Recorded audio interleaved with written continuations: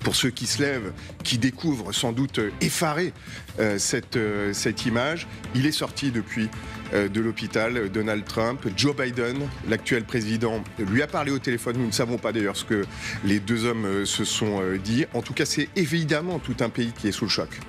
Oui, je pense qu'on est en édition spéciale depuis le milieu de la nuit sur LCI et je vais peut-être répéter un mot qu'on a déjà utilisé, mais nous sommes sidérés par ce qui vient de se passer. C'est un événement de campagne absolument majeur et je pense qu'on peut dire que c'est un événement historique. Enfin, les plus anciens se souviennent peut-être de l'assassinat de Kennedy en 63. On se souvient de la tentative d'assassinat contre Reagan en 1981 à la sortie d'un hôtel de Washington. Et bien là, on est dans la même importance d'événements et ce qui se joue sous nos yeux, ce qui s'est joué ces dernières heures est évidemment un marqueur très important de la campagne en cours. On est à 115 jours de l'élection présidentielle. Tentative d'assassinat sur l'ancien président, le 45e président des États-Unis, qui aspire à devenir le 47e. Trump, vous l'avez dit, n'est que blessé. Il a été immédiatement pris en charge et il est déjà sorti de l'hôpital. On va voir comment est-ce qu'il va pouvoir utiliser ces événements lors de la campagne qui est en cours et on va évidemment prendre le temps, Emmanuel, ensemble de décrypter ces images, mais il y a déjà une connotation politique très forte, c'est quand il se relève après quelques secondes porté par les hommes du Secret Service, immédiatement, et ça c'est le sens politique de Trump, il lève un poing vainqueur vers le ciel, il appelle ses supporters à se battre encore, fight, fight, fight. On a l'impression que dans la seconde quasiment, l'animal politique qu'est Trump comprend que cette image va sans doute lui être profitable et il va pouvoir, tout au long des prochaines heures, des prochains jours, dire « Regardez, on a tenté de m'assassiner, mais je repars en campagne et sans doute dès ce soir, en tout cas dès lundi, à la convention républicaine. » Nous sommes encore le 13 juillet sur la côte est des États-Unis. Il est 22h56. On va retrouver notre correspondant à Washington, Axel Monnier. Axel, c'est évidemment tout un pays qui est sous le choc. D'ailleurs, les réactions internationales affluent de toutes parts. Vous êtes aux États-Unis. Quelles sont les dernières informations ? Eh bien, les dernières informations, c'est que le président Joe Biden, qui se trouvait dans sa résidence secondaire du Delaware à Rehoboth, a décidé de rentrer dès ce soir à Washington, à la Maison-Blanche. Il sera là d'ici 1h30 à peu près. Il sera dès demain matin tenu au courant de la situation, aussi en termes de sécurité, pour voir ce qu'il se passe. Joe Biden, qui, on l'a appris aussi il y a quelques minutes, a appelé Donald Trump dans la soirée pour prendre de ses nouvelles, pour lui assurer qu'il allait surtout, qu'il dénonçait cette attaque et cette violence dans la politique. Il avait plutôt pris la parole pour dénoncer un acte terrible qui n'avait pas sa place dans la politique états-unienne. Bref, Joe Biden qui joue l'unité nationale, pas de place pour la violence. On sait aussi que les démocrates ont décidé de mettre en pause toutes les publicités, tous les éléments de campagne qui pouvaient attaquer Donald Trump. Difficile donc pour eux de continuer en ce moment, effectivement. Donc voilà les toutes dernières infos. Joe Biden attendu très vite ici à la Maison-Blanche, de retour à Washington.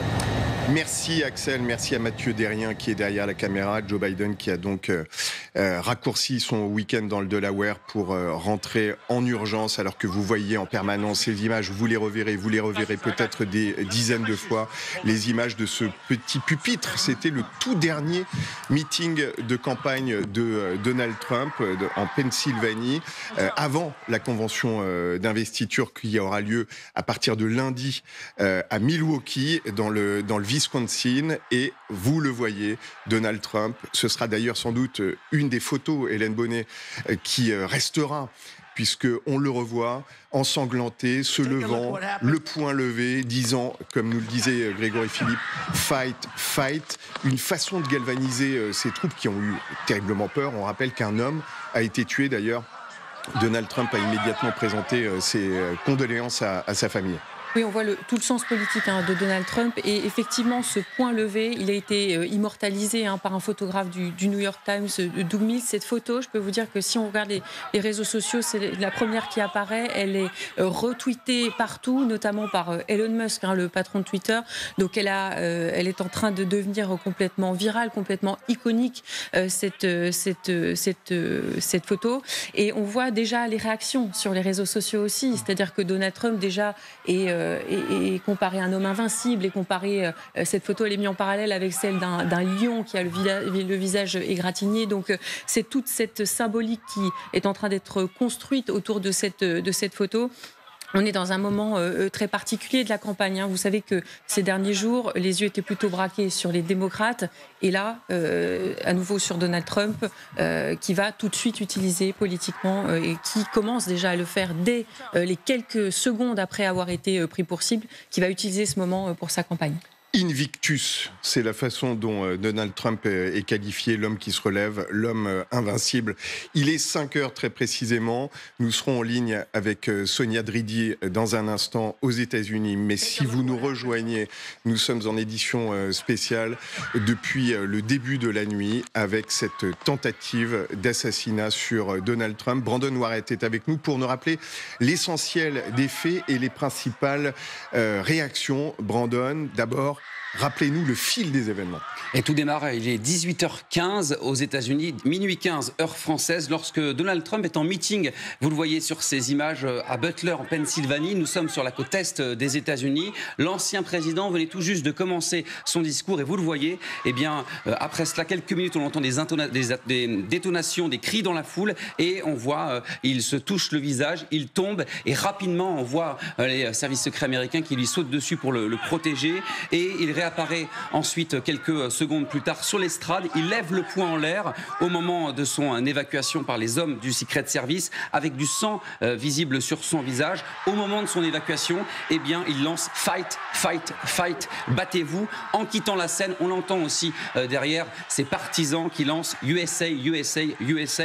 Sur son réseau social Trump Social, Donald Trump réagit quelques heures plus tard. Il dit ceci: « J'ai été touché par une balle qui a percé la partie supérieure de mon oreille droite. J'ai su immédiatement que quelque chose n'allait pas car j'ai entendu un sifflement, des tirs et j'ai immédiatement senti la balle traverser ma peau. » Il ajoute ceci sur ce réseau social: « C'est incroyable qu'un tel acte puisse se produire dans notre pays. On ne sait rien sur le tireur qui est désormais mort. Il a été donc abattu par des snipers. » Il ajoute également: « Je tiens à remercier les services secrets des États-Unis et toutes les forces de l'ordre pour leur réponse rapide lors de la fusillade. Plus important, je veux présenter mes condoléances à la famille de la personne qui a été tuée, donc un spectateur lors de ce meeting, et aussi à la famille d'une autre personne gravement blessée. » NBC, qui citait il y a quelques heures donc des responsables de la sécurité américaine, parlait de 8 tirs jusqu'à 10 tirs de ce tireur. L'arme a été retrouvée sur place, ce que dit l'agence AP, qui confirme donc la thèse d'un sniper. Et Donald Trump, quelques minutes plus tard, après, les services secrets américains ont indiqué qu'il était en sécurité. Une enquête était ouverte ainsi que des mesures de protection supplémentaires mises en place. Et Joe Biden, qui est en train de rentrer à la Maison-Blanche à Washington, a lui aussi pris la parole. Oui, il a d'abord réagi dans un communiqué très court et une allocution. Écoutez-le ensuite. Il n'y a pas de place en Amérique pour ce genre de violence. C'est odieux. C'est l'une des raisons pour lesquelles nous devons unir ce pays. Nous ne pouvons pas permettre que cela se produise. Nous ne pouvons pas être comme ça. Nous ne pouvons pas tolérer ça. Et on a appris que Joe Biden avait parlé avec Donald Trump également. Et évidemment, sans surprise, les réactions sont extrêmement nombreuses après cette tentative d'assassinat. Oui, notamment son fils. Première réaction, Donald Trump Jr. Il n'arrêtera jamais de se battre pour sauver l'Amérique. C'est ce qu'il dit sur les réseaux sociaux. Nombreuses réactions aux États-Unis. La vice-présidente Kamala Harris qui se dit soulagée que l'ancien président ne soit pas gravement blessé. Nous devons tous condamner cet acte odieux et prendre chacun nos responsabilités, sécurité pour s'assurer qu'il n'entraîne pas davantage de violence. Réaction également de Nancy Pelosi, l'ancienne présidente de la Chambre des représentants. Je remercie Dieu que l'ancien président soit sain et sauf. On a également une réaction de George Walker Bush qui dénonce l'attentat lâche dont a été victime Trump. Une réaction aussi de Robert Francis Kennedy Jr., le neveu de l'ancien président Kennedy. L'heure n'est plus à la division, il faut renoncer à la violence et rester unis dans la prière pour le président Trump et sa famille. Et réaction bien sûr aussi d'anciens présidents. Oui, le premier c'est Barack Obama. Il n'y a absolument aucune place pour la violence politique dans notre démocratie. Nous devrions tous être soulagés que Donald Trump n'ait pas été gravement blessé. Bill Clinton a également réagi sur les réseaux sociaux, l'ancien président démocrate. La violence n'a pas sa place en Amérique, surtout dans notre processus politique. Hillary et moi sommes reconnaissants que le président Trump soit en sécurité. Le Premier ministre canadien, Justin Trudeau, a également réagi dans la foulée. Je suis écœuré par la fusillade contre l'ancien président Trump. Ça ne sera jamais exagéré. La violence politique n'est jamais acceptable. On peut aussi citer une réaction de Javier Milei, le président argentin, est très proche de Donald Trump.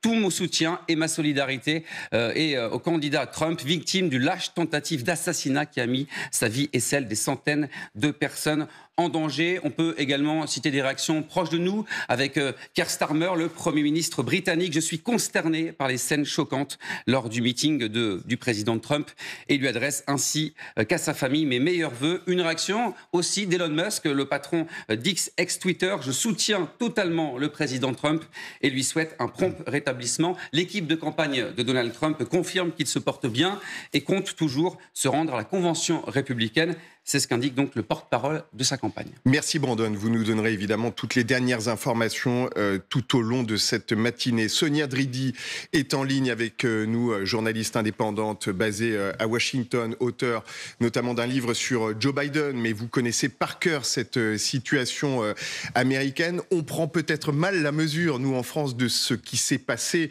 hier soir aux États-Unis. C'est encore la soirée chez vous. Donnez-nous votre analyse sur ce qui s'est passé, sur la combativité d'ailleurs de Donald Trump qui est déjà sorti de l'hôpital.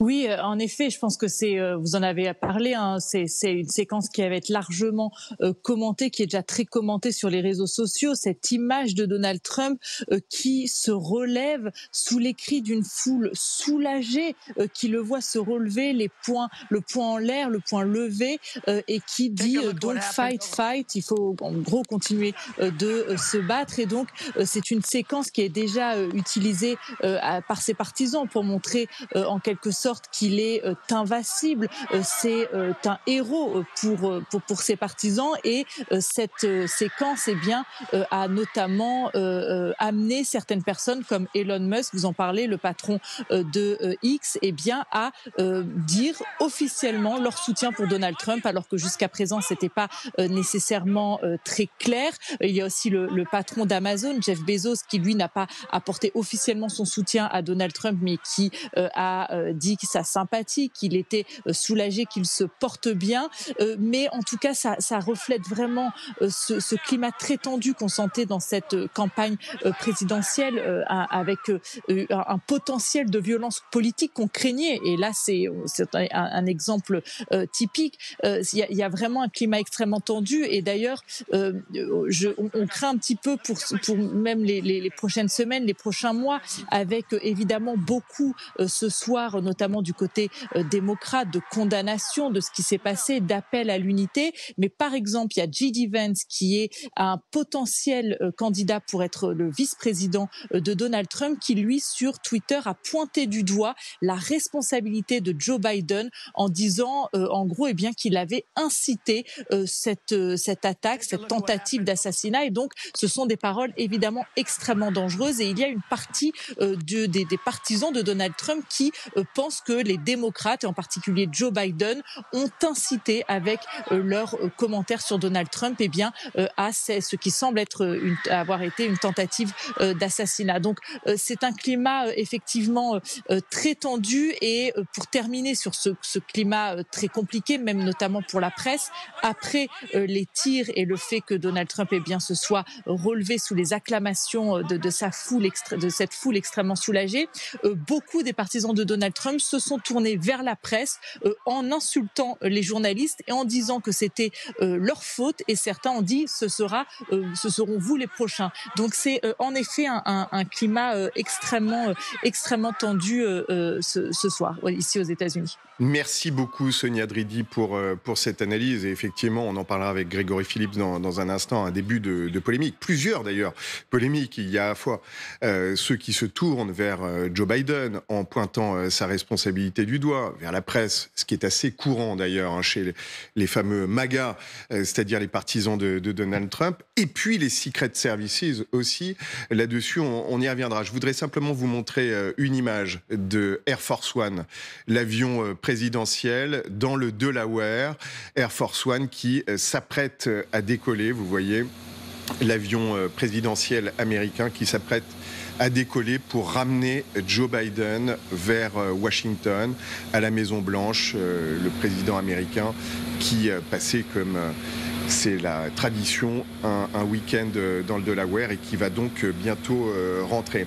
Je le disais, Grégory Phillips, un début de polémique, et notamment sur les services secrets, puisque d'après les informations pour l'instant parcellaires dont nous disposons, le tireur était sur un point haut à 125 mètres de Trump, et il y a déjà, et notamment Elon Musk sur les réseaux sociaux, pointe du doigt la responsabilité de la patronne des Secret Services en disant comment est-il possible qu'il y ait eu une faille dans cette sécurité. Oui, alors il faut préciser que les Secret Services, c'est ces hommes et ces femmes qui sont là pour assurer la protection des présidents américains, des anciens présidents, et là en l'occurrence d'un ancien président qui est aussi candidat à la Maison-Blanche. En fait, il y a deux séquence vidéo, c'est quelques secondes où on voit les tirs, 8 tirs, 10 tirs, il faudra le déterminer, et l'évacuation de Trump. Il y a quand même un point qu'il faut souligner, c'est la très grande réactivité de ces hommes du Secret Service qui immédiatement plongent sur le candidat républicain, le mettent au sol, le protègent de leur corps. Ça dure quelques secondes, donc Trump vient d'être touché par cette balle, et à un moment donné, parce que ce qui est vraiment sidérant dans cette scène, et on va évidemment la revoir une bonne partie de la matinée, c'est que les micros du meeting sont encore ouverts, et on entend « shooters down ». Le tireur a été abattu, donc en quelques secondes, par un sniper d'élite qui était lui aussi positionné sur une position haute, et à ce moment-là, les hommes du Secret Service relèvent Trump et l'évacuent vers sa voiture. Donc, et on voit cette image, on voit cette photo qui est, pardonnez-moi de vous interrompre Grégory, qui est folle.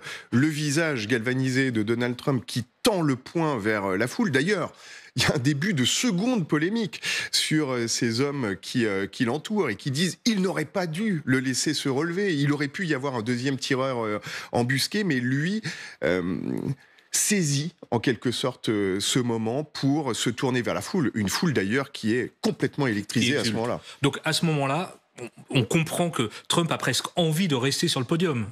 Et c'est là où il comprend tout de suite le sens politique de ce qui est en train de se passer. Et les hommes du Secret Service le forcent quasiment à descendre de la tribune et le mettre dans la voiture. Ça, c'est pour le côté quand même très professionnel et très réactif de ces hommes et de ces femmes qui sont surentraînés à protéger la personnalité sans doute la plus menacée au monde. La polémique, en revanche, c'est qu'effectivement, le tireur, le suspect qui a été abattu, se trouvait en dehors du périmètre du meeting, sur un toit, le toit d'un bâtiment, à environ 125 mètres, 130 mètres, mais en dehors de la zone sécurisée, et que des spectateurs, des partisans de Trump ont expliqué à plusieurs journalistes présents sur place qu'ils avaient donné l'alerte, qu'ils avaient aperçu un homme en armes, et que, visiblement, cette menace n'a pas été prise en compte, et que le meeting s'est déroulé comme prévu. Il a commencé à 18h, heure locale, comme prévu, et que personne n'est intervenu pour essayer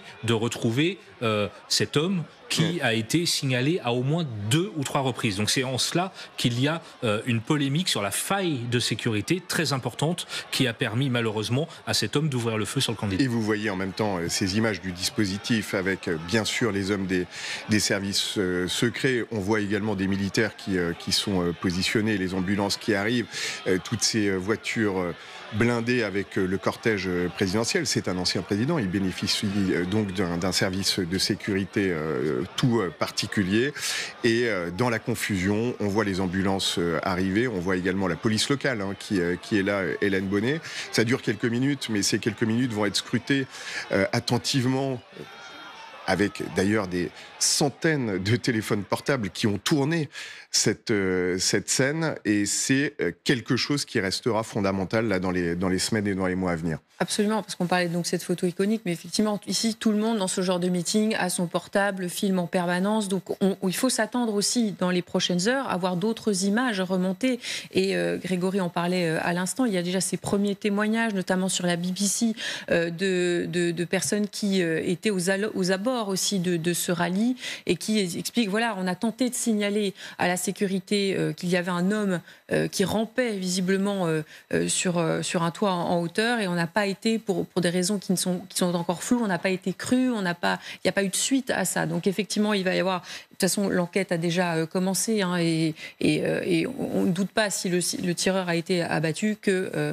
peut-être déjà des éléments sont récoltés. Il n'y a aucune information, je pense qu'on en aura quand les choses seront beaucoup plus claires, beaucoup plus délimitées. Et effectivement, donc il y a toutes ces images qui vont ressortir, et ensuite toutes les réactions, tout ce que la campagne de Trump va en faire pour transformer cet événement. Et Donald Trump a commencé à le faire dès les premières secondes.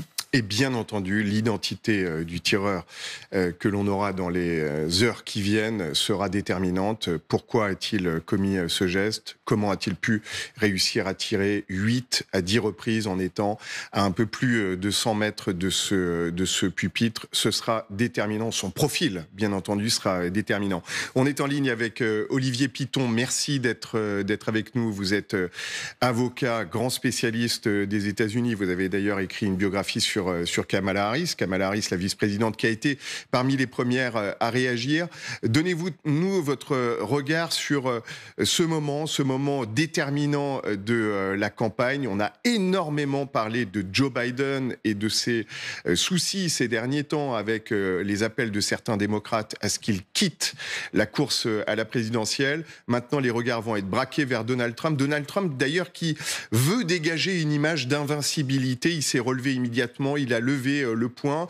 Il est sorti de l'hôpital. Il veut assister à un match de boxe comme il l'avait prévu, et bien sûr être ensuite à la convention d'investiture à Milwaukee.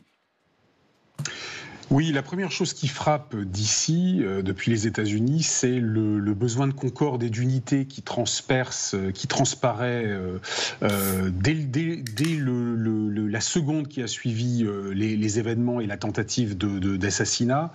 Alors évidemment, les responsables politiques, en particulier les responsables politiques démocrates, ont tenu un discours d'apaisement et de soutien vis-à-vis de Donald Trump. Donald Trump lui-même a rendu hommage aux forces de l'ordre et à la victime décédée au cours de cet attentat. Et d'une manière générale, ce qui est frappant, c'est que l'on a une espèce de baisse de tension générale après des années de clivage qui transparaît et qui, à mon avis, est véritablement le sentiment profond de la société civile américaine, qui va probablement, avec cet événement-là, essayer de retrouver une forme de concorde. Ce qui va se passer derrière, c'est qu'effectivement, après la concorde, après l'unité, après les appels à l'union, il y aura la politique qui va reprendre ses droits, puisque vous l'avez annoncé, dès lundi, la convention républicaine à Milwaukee va commencer. Donald Trump a dit qu'il y participerait. Son discours est attendu jeudi prochain.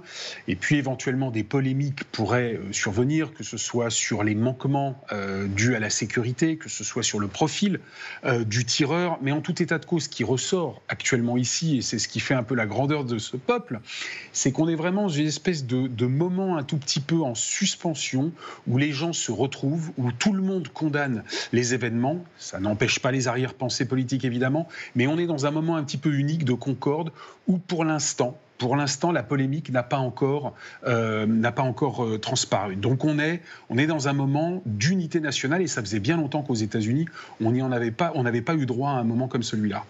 Bonjour Olivier Piton, merci d'être avec nous. J'entends ce que vous dites, mais alors comment analysez-vous la réaction du sénateur Vance de l'Ohio qui écrit sur X, anciennement Twitter: ce n'est pas un incident isolé. Biden n'a eu de cesse de décrire Trump comme un fasciste autoritaire, et ce sont ces déclarations qui ont conduit à cette tentative d'assassinat? Comment est-ce que vous lisez ces déclarations de quelqu'un qui pourrait être vice-candidat, candidat à la vice-présidence aux côtés de Trump? Ben voilà, vous l'avez dit, c'est-à-dire qu'il est candidat à la candidature pour être le vice-président de Donald Trump, donc il est forcément avec un agenda particulier et il utilise un narratif particulier. C'est la voix discordante ou la voix effectivement hors du champ des appels à l'union, au soutien à Donald Trump, aux hommages rendus aussi bien aux forces de l'ordre que à la victime qui est décédée. Et donc, on ne peut pas en tirer de conclusions particulières. Ce qui ressort ici, que ce soit sur les réseaux, la plupart des réseaux sociaux, on va dire les réseaux sociaux mainstream, et évidemment sur les chaînes de télévision, et ce que l'on peut entendre de la part des témoins, en particulier lorsqu'ils sont interviewés, c'est on a été choqués, et ce besoin d'unité, ce besoin de concorde, ce besoin de se retrouver un petit peu ensemble, ça n'a quand même pas été souvent le cas aux États-Unis ces derniers temps. Après que certains utilisent leur propre agenda à des fins personnelles, cela est totalement accessoire. Ce qui ressort vraiment ici actuellement, c'est pas de polémique, hommage, soutien et unité. C'est ça qui ressort.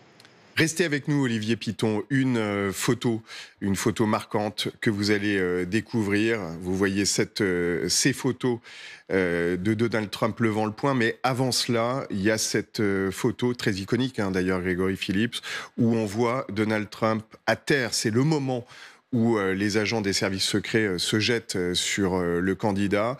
Vous le voyez avec ce visage effaré, sidéré naturellement, et puis ces petites rainures de sang qui dégoulinent le long de sa joue, puisqu'on rappelle que c'est son oreille droite qui a été transpercée. Une des photos, sans doute, qui seront à la une de la presse américaine, avec celle où on le voit levant le poing. Ce sont des images, c'est une iconographie de campagne qui est en train de se mettre en place. Avant de vous laisser la parole, on retourne voir notre correspondant Axel Monnier. On sait que Joe Biden est sur le point de décoller du Delaware dans Air Force One. On a vu l'avion présidentiel en préparation tout à l'heure. Il rentre bien sûr en urgence. Il est 23h20 à Washington. Bien sûr, Joe Biden rentre. Il a eu Donald Trump au téléphone, même si on ne sait pas ce que les deux hommes se sont dit.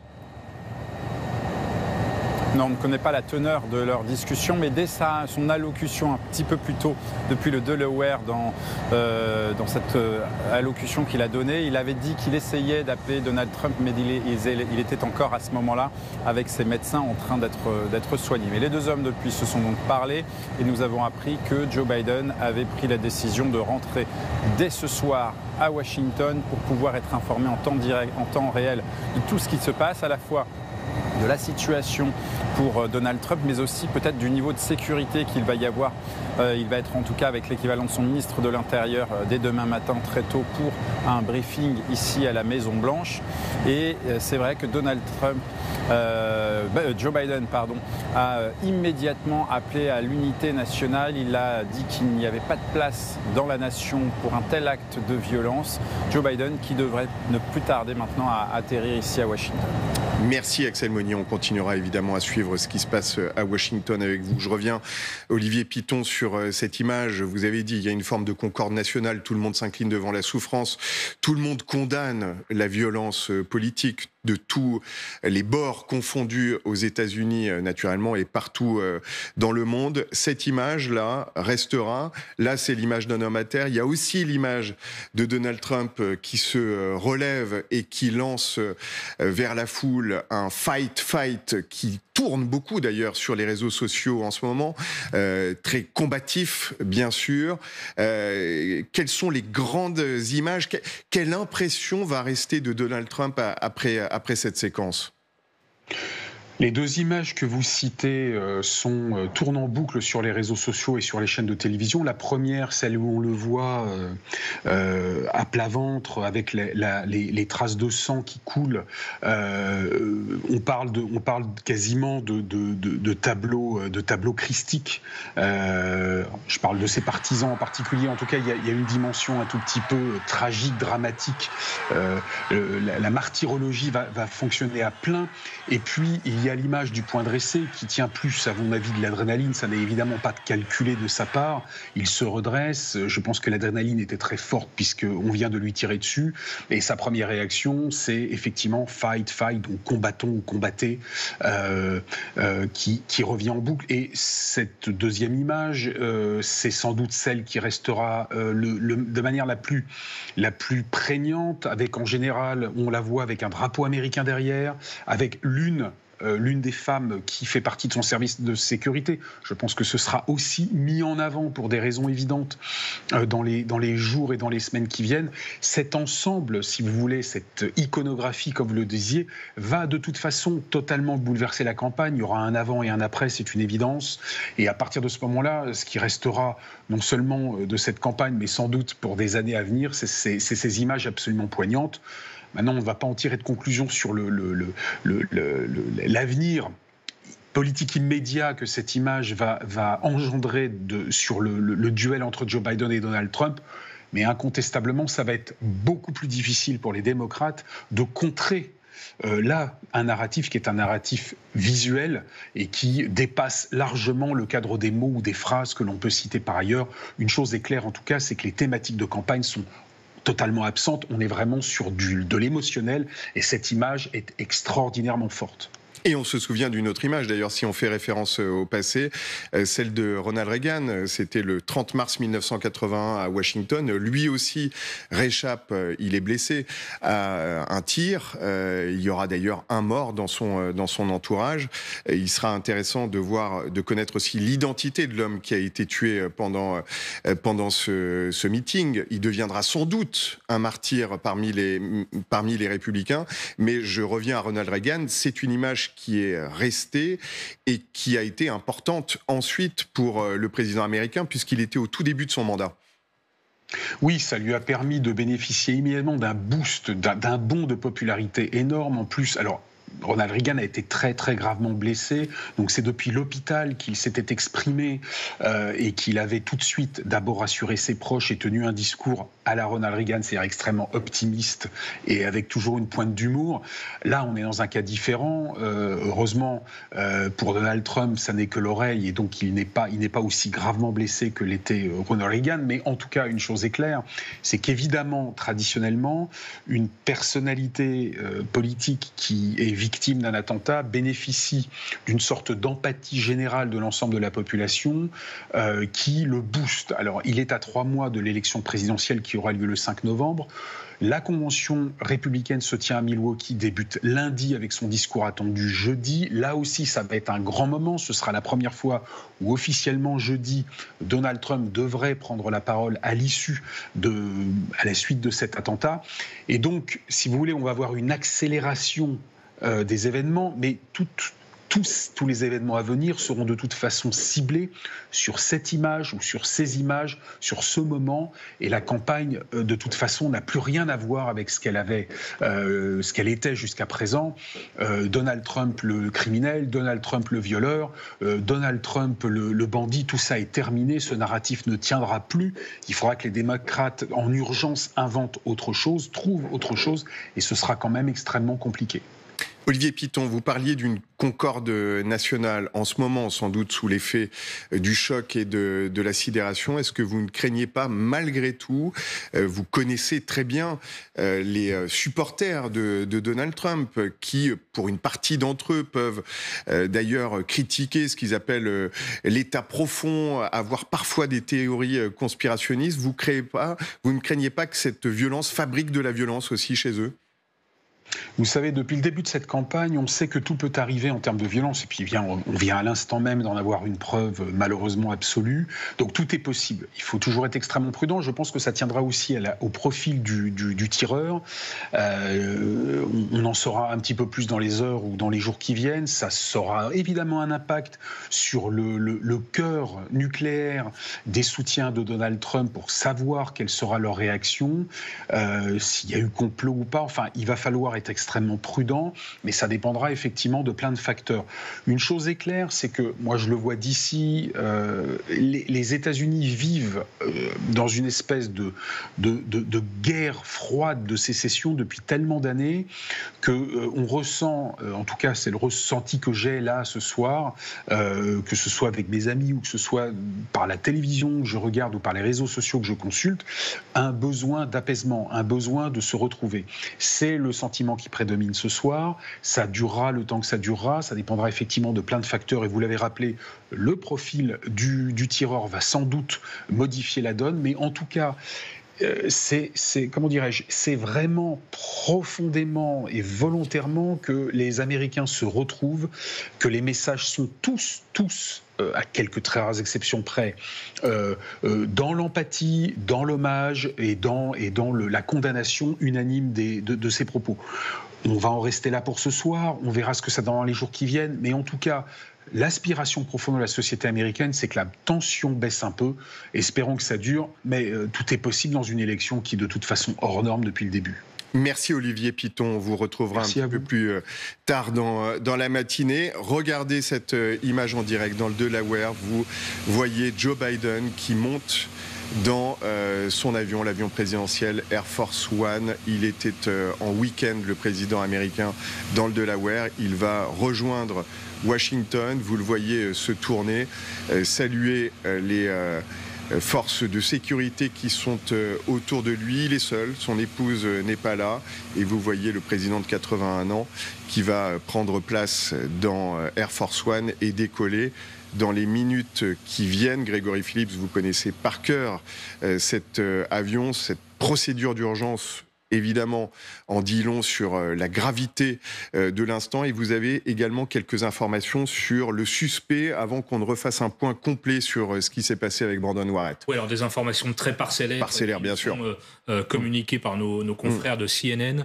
Vous savez évidemment que l'enquête est maintenant aux mains du FBI. Et vous imaginez le nombre d'enquêteurs qui ont été immédiatement mobilisés sur ce qui s'est passé à Butler en Pennsylvanie. Selon CNN citant le FBI, le suspect est un homme de 20 ans. Il a été abattu quasi immédiatement, neutralisé comme on dit en termes policiers. Et c'est un homme originaire de Pennsylvanie, de ce comté de Butler, donc quelqu'un qui habitait à proximité. Voilà, c'est les seules informations dont on dispose. On ne connaît pas son nom, son identité, sa photo et surtout ses motivations. On ne sait pas s'il a un engagement politique ou non, à gauche ou à droite. C'est extrêmement compliqué. Ce sont des informations parcellaires, mais CNN affirme en citant le FBI que le suspect qui a été abattu par les forces de sécurité est un homme de 20 ans, originaire de Pennsylvanie. 5h30, vous nous rejoignez peut-être sur LCI. Regardez cette image, cette photo, une des photos qui resteront sans doute de l'événement qui a eu lieu hier soir aux États-Unis, 18h15, minuit 15 en France. Donald Trump au sol, avec du sang coulant sur sa joue, puisqu'il a été touché par un sniper qui lui a tiré dessus. La balle a traversé son oreille. Un homme assistant au meeting a été tué. C'est sans doute une des images qui resteront de ce moment, de ce momentum même, on serait tenté de dire, sur la campagne présidentielle. Brandon Warrett est avec nous pour nous rappeler le fil des événements, si vous les découvrez avec nous. Eh bien, il est 18h15 aux États-Unis, minuit 15 heure française, lorsque Donald Trump est en meeting à Butler en Pennsylvanie. Nous sommes sur la côte Est. L'ancien président vient tout juste de commencer son discours et quelques minutes plus tard, on entend des détonations, des cris dans la foule. Et vous le voyez sur ces images, Donald Trump, lui, se touche le visage. Il est ensuite mis au sol par les agents du Secret Service. Une photo absolument incroyable. Vous venez d'en parler il y a quelques instants. Donald Trump à plat ventre, le visage ensanglanté. Cette photo fait le tour des réseaux sociaux depuis tout à l'heure. On voit 40 millions de retweets depuis environ 2 heures. C'est absolument incroyable. Donald Trump qui réapparaît ensuite sur l'estrade. Il lève le poing lors de son évacuation par les hommes du Secret Service. Il lance « Fight, fight, fight, battez-vous ». Et en quittant la scène, on entend aussi les partisans de ce meeting qui sont présents et qui scandent « USA, USA, USA ». Sur son réseau social, Trump a rapidement réagi. Il dit avoir été blessé par une balle qui lui a transpercé le haut de l'oreille. Il ajoute « Je tiens à remercier les services secrets des États-Unis et toutes les forces de l'ordre pour leur réponse rapide lors de la fusillade qui vient de se produire à Butler, en Pennsylvanie. Plus important, je veux présenter mes condoléances à la famille de la personne qui a été tuée, donc présente à ce meeting, et ainsi qu'à une autre famille gravement blessée. Le tireur a tiré donc 8 à 10 reprises dans une position élevée, nous indiquent donc les Secret Service. Il a été abattu, l'arme a été retrouvée sur place, dit l'agence américaine AP, qui confirme donc la thèse d'un sniper. Une enquête a été ouverte, elle est menée par le FBI. Joe Biden, qui est sur le point de retourner à Washington, a rapidement pris la parole après cet événement. Oui, effectivement, dans un communiqué dans un premier temps et une courte allocution dans un second temps. Écoutez-le.